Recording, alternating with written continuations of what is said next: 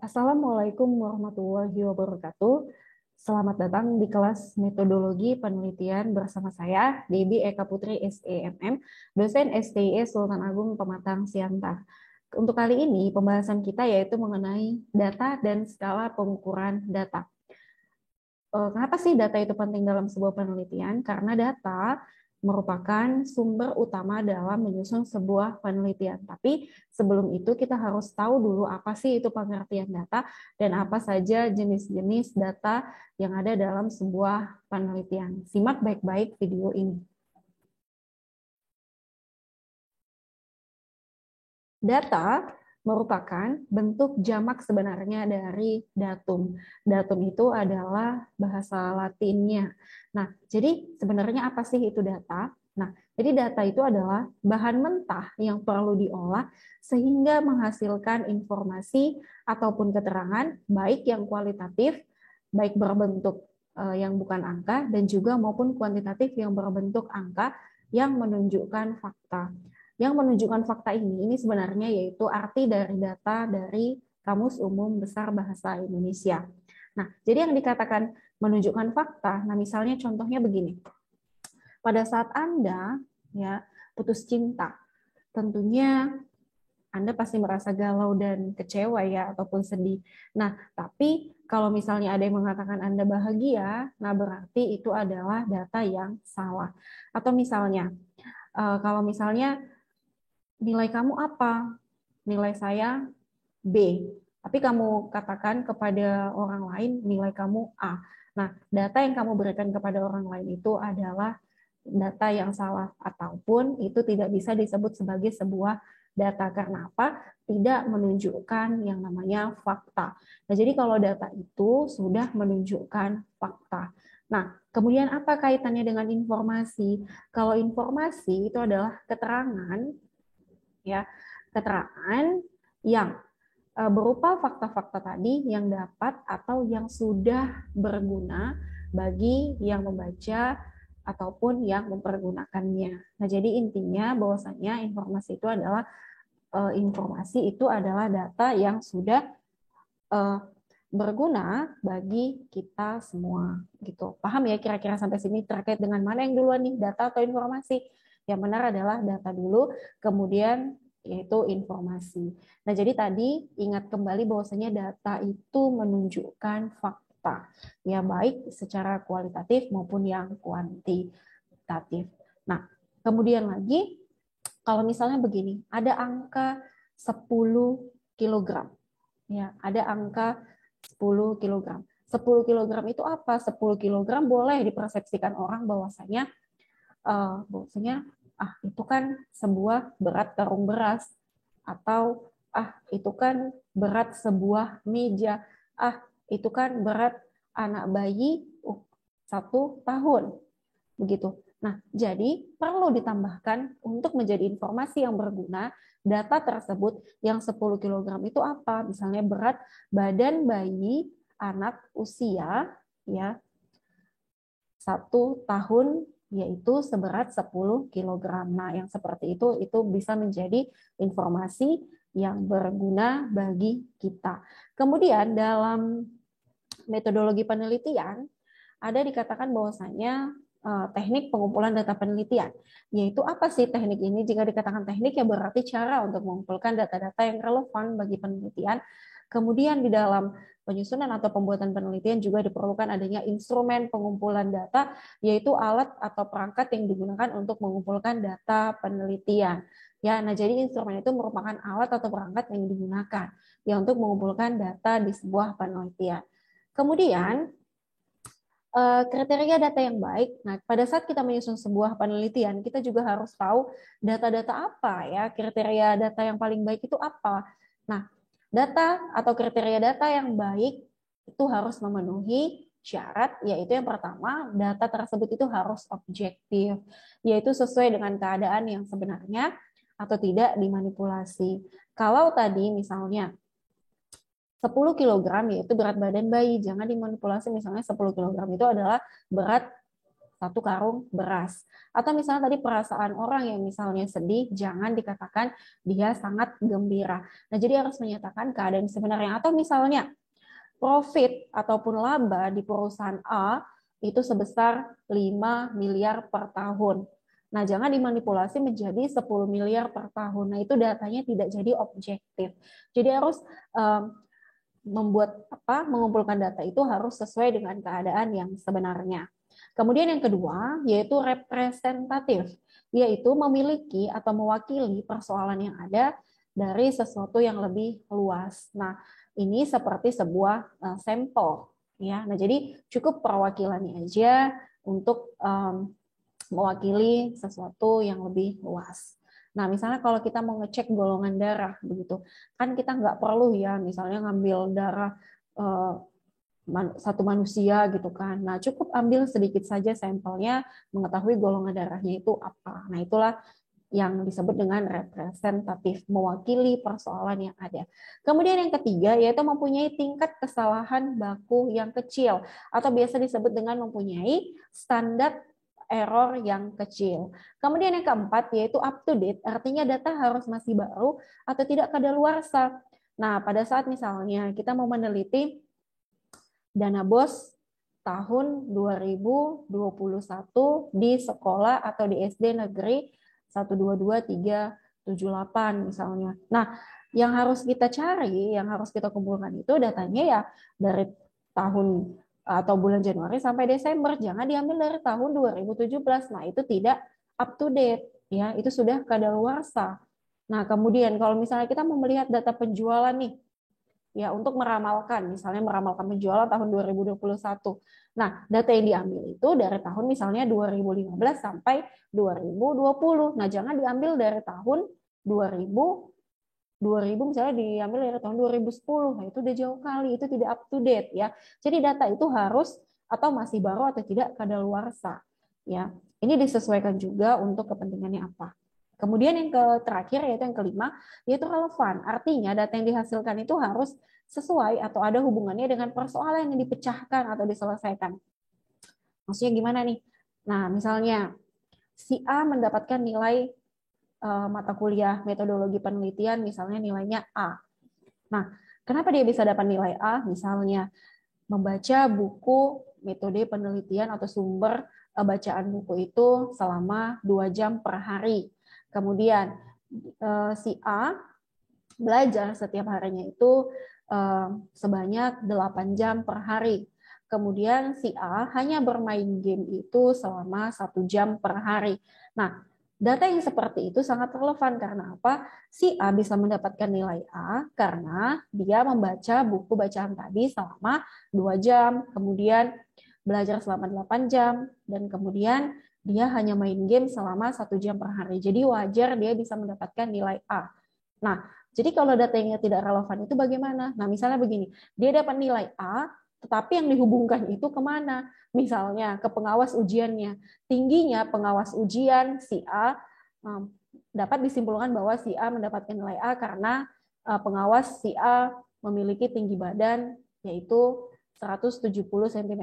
Nah, itu nggak nyambung. Nah, jadi tinggi badan dengan jawaban ujian atau nilai dari si A itu tidak ada hubungannya ke sana.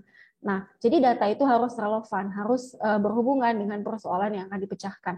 Nah, jadi kalau misalnya kita mau meneliti tentang laba perusahaan, oke, yang harus dihubungkan apa? Nah, misalnya yaitu data penjualan, kemudian struktur modal, kemudian hutang ya, hutang jangka pendek maupun hutang jangka panjang. Tidak ada dikaitkan dengan pemimpin yang ramah ya, kemudian pemimpin yang baik hati, kemudian misalnya pemimpin tidak sombong, itu tidak ada hubungannya ke yang kita teliti yaitu tentang profitabilitas. Jadi itu harus berhubungan dengan persoalan yang akan dipecahkan. Nah, jadi dari 5 ini ya itulah termasuk yang memiliki data yang memiliki kriteria yang baik. Oke. Selanjutnya kita akan membahas jenis-jenis data itu apa saja. Nah, yang pertama, jenis data menurut sifatnya. Nah, tadi di awal di slide yang kedua saya sudah katakan bahwasanya itu data ada yang bersifat kualitatif dan ada yang bersifat kuantitatif. Jadi menurut sifatnya data terbagi atas dua, yaitu data kuantitatif dan data kualitatif. Data kuantitatif yaitu data yang berwujud angka-angka, misalnya ya, ataupun dapat dioperasikan secara matematis. Misalnya yaitu usia 10 tahun. Nah, itu angka ya 10. Kemudian tinggi badan 170. Jumlah penonton bioskop 1.000 orang. Kemudian jumlah pendapatan seseorang 1 miliar rupiah dan lain sebagainya.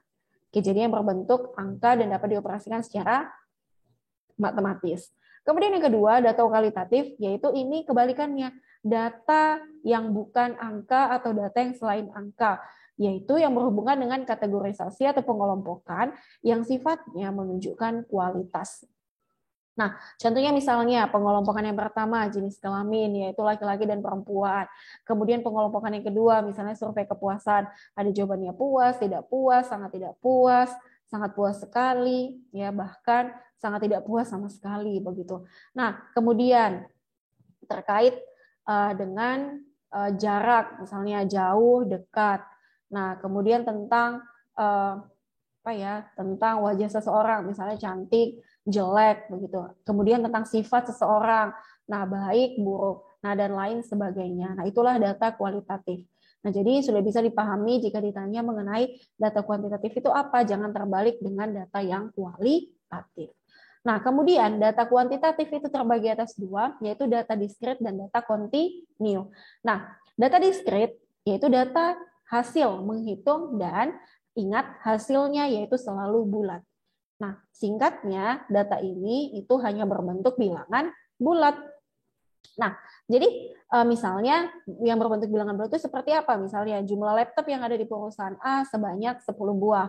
Kemudian jumlah anggota keluarga sebanyak 8 orang. Nah, nggak mungkin kan ya keluarga itu jumlahnya 8,5 orang. Nah, setengahnya siapa kan begitu. Jumlah pasien dalam antrian rumah sakit A 10 orang, tidak mungkin 10,5. Nah, ataupun misalnya tanggal dalam kalender 1, 2 dan 3 tidak ada tanggal dalam kalender itu 1,5 ya 2,5 tidak ada. Oke, itulah data diskrit. Jadi hasilnya selalu bulat. Kemudian yang kedua, yaitu data kontinu, yaitu data hasil mengukur dan hasilnya bisa bulat dan bisa juga pecahan. Misalnya, tinggi sebuah bangunan rumah 3,5 meter atau dibulatkan menjadi 350 cm.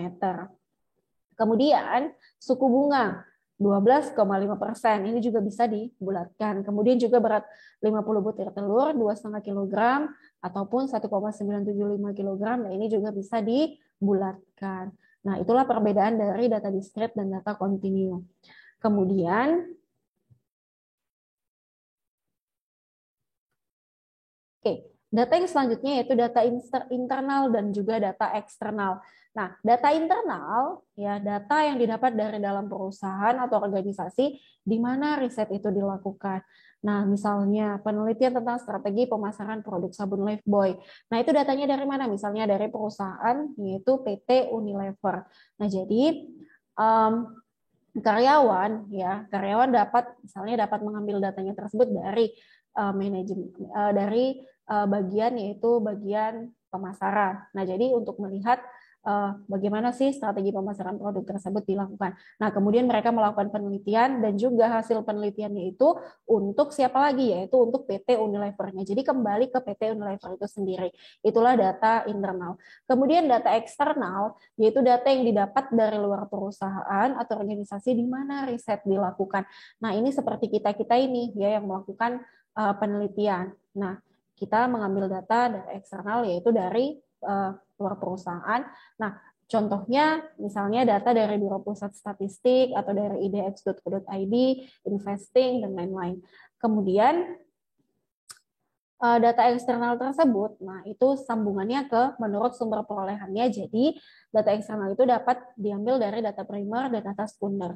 Nah, jadi kalau data primer itu data mentah yang diambil oleh peneliti sendiri dari sumber utama guna kepentingan penelitiannya. Nah, dan data tersebut awalnya tidak ada. Nah, jadi kita sebagai peneliti ya mengambil dari sumber utamanya, itu kata kuncinya dari sumber utamanya, ataupun ini biasa juga yang disebut dengan kita turun langsung ke lapangan, yaitu mewawancarai pimpinan, kemudian mewawancarai konsumen, mewawancarai karyawan, pegawai, pelanggan. Nah, kita melakukan interview kepada mereka untuk mendapatkan hasil yang sebelumnya tidak ada menjadi ada. Nah, intinya adalah pimpinan itu adalah sumber utama kita. Kemudian karyawan itu adalah sumber utama kita. Nah, jadi itulah disebut dengan data primer. Kemudian yang kedua yaitu data hasil penyebaran angket atau kuesioner. Kita membuat kuesioner dan kita bagikan ke pelanggan, ke pegawai ya untuk hasil dari data kita tersebut. Ya, kemudian yang ketiga yaitu data hasil pengamatan atau observasi. Kita misalnya penelitiannya di bioskop.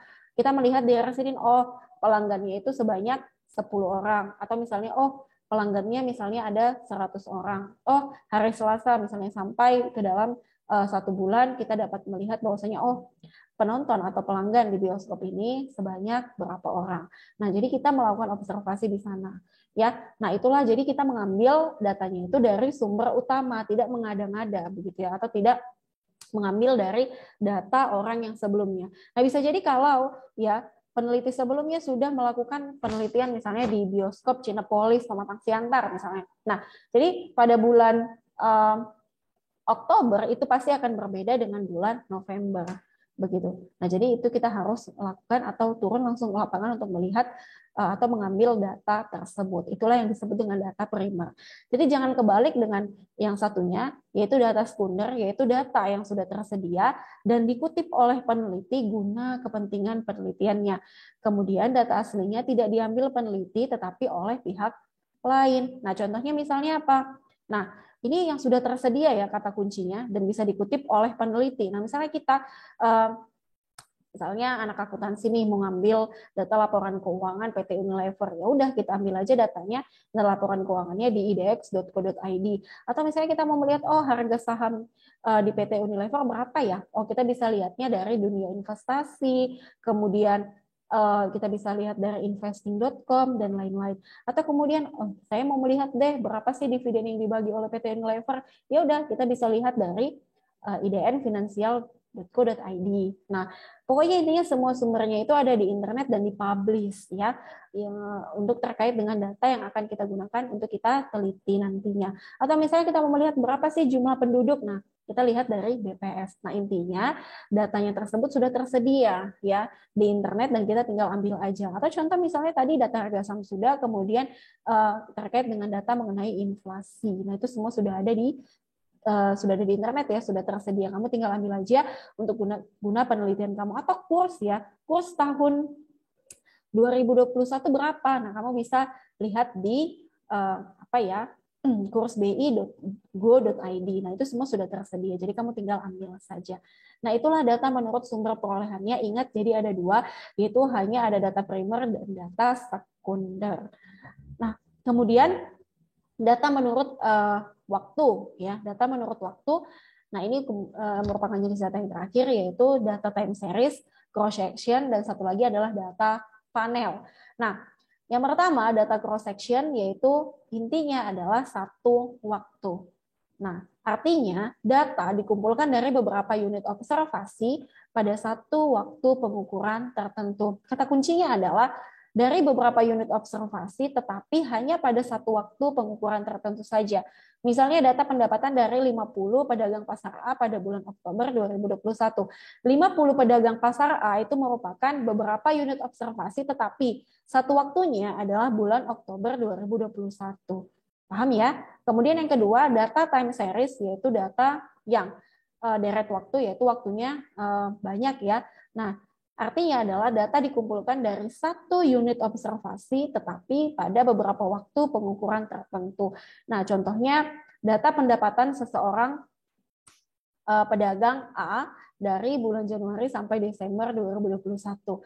Nah, seorang pedagang, nah itu berarti adalah satu unit observasi, tetapi dari bulan Januari sampai Desember 2021 itu adalah beberapa waktunya.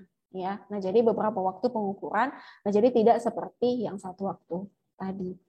Oke, kebalikannya saja ini sebenarnya. Kemudian tambahan yaitu data panel.